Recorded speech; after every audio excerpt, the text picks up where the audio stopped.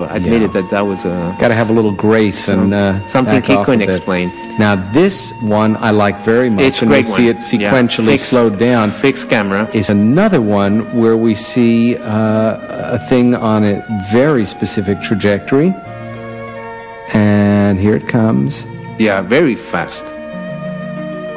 That is not a balloon. That is absolutely not a balloon. It's definitely not an airplane. These are all these sequence of the military parade, September 16, Independence Day in Mexico. But again, I don't know. It's going down pretty fast, though. It surely is.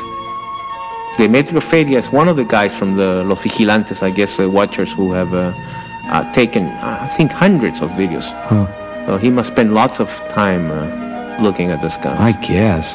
I must say, living in New York City, it's something we notice that people don't do much of. No. Where if you live in almost any other place. But yet Mexico City is even larger than New York City, so I don't know. Puzzles me, but a lot of people seem to, although it has subsided now. Well, I think also, at the time it was getting enculturated that you walk part of the time with your eyes up because who knows what you're going to see. Yeah. The thing is, Maussan was very high profile. So suddenly, whereas before the Eclipse video, practically ufology in Mexico was very low profile. And then suddenly became, everybody was aware of it. Well, I guess we went through Israel there very quickly. Yeah. And now ones like this, I must say, I like a lot because we have your archetypal tourist situation. Again, Italian tourists traveling in Australia. And all of a sudden, something is seen. Right. People are pointing. Yeah.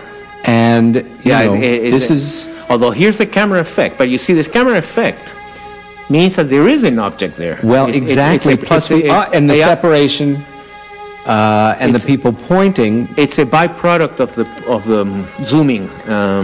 But we know there's something there. Yeah, I mean, there was nothing. You could not get that camera effect. Look at that.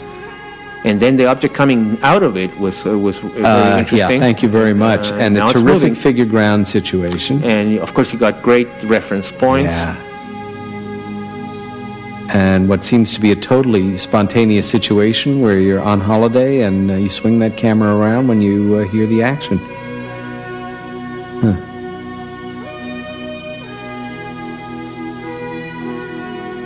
Yeah, this is typical when the person completely jerks the camera all over the place. Okay. I guess this is the same, but just on the slow motion now. Yeah.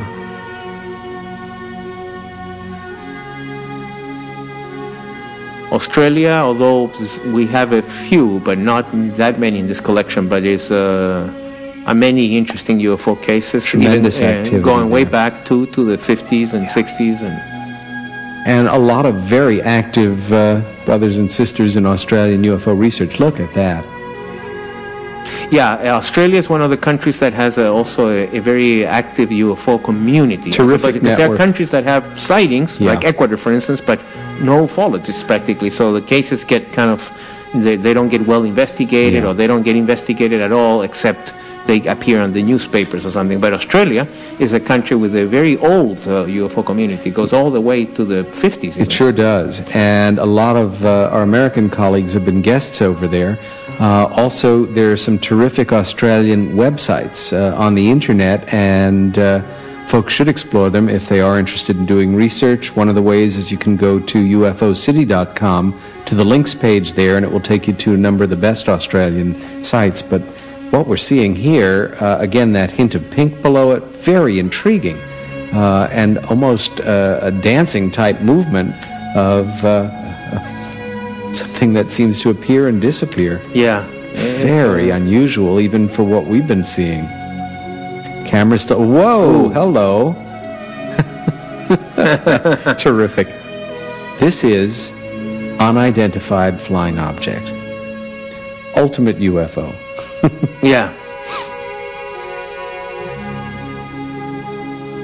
I don't care, how skeptical you are watching this.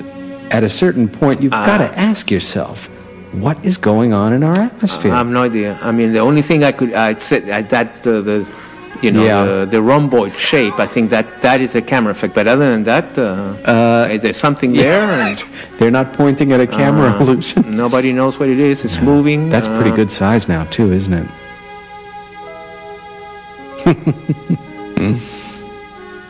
Okay, into the tree line we go. And obviously, from what we saw at the beginning of the tape, there were a lot of other witnesses. Whoa. Yeah, now we'll see kind of an evolution on the Mexican ones, right? We begin with the one object, and I guess beginning with this one, you'll start seeing these very strange clusters, and towards the late 90s, it will get really crazy with you have I forgot about this dozens piece and of dozens. footage. Yeah, isn't that curious? I mean, I don't know what this could be. Something that was thrown in the sky, but for what reason? It ain't falling down. Okay, let's see what the relationship is between these guys. Yeah, oh, boy. Now you see a much better... It looks like they were all together, and now they're like separating. I think that's my speculation, right? In the beginning, you saw them all clustered, almost like one single object, and now they're separating. And we'll see more and more of these type of things now as we proceed. I'll tell you, my mind is still sticking with that sky amoeba. That is fascinating. And it's gotten very little attention. I've got to go back and look at that one again later myself. Other than that Channel 4 in England that did that had it, and they interviewed Musgrave. And, he's a colonel in the Air Force. He's very respected, too. Certainly the right stuff. And for him to even describe it the way that he did, that's just amazing footage. The only thing I can think of in fiction, there was a famous story by Conan Doyle, Terror in the Sky. Oh, you ever read it? Boy, yes, way back when. About organic things in the, when aviation was just getting started. That's the only... Yes. Well, there was one researcher, Trevor Constable, who his theory about UFOs, or at least some UFOs, was they're living that things. And also Ivan Sanderson. Also. And I never was too much up on this theory, but after seeing a lot of these videos where you still see these balls like spawning, I'm beginning to change my mind. Well, I must say, that one story Musgrave thing is the first thing I've ever seen in a lot of good video clips that really has me asking questions. That's just the damnedest thing.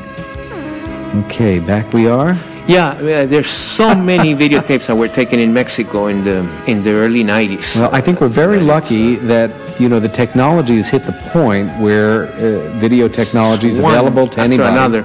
Yeah, one reason is the proximity with the United States allows as you know, cameras are the cheapest in the world in the United States. They are indeed.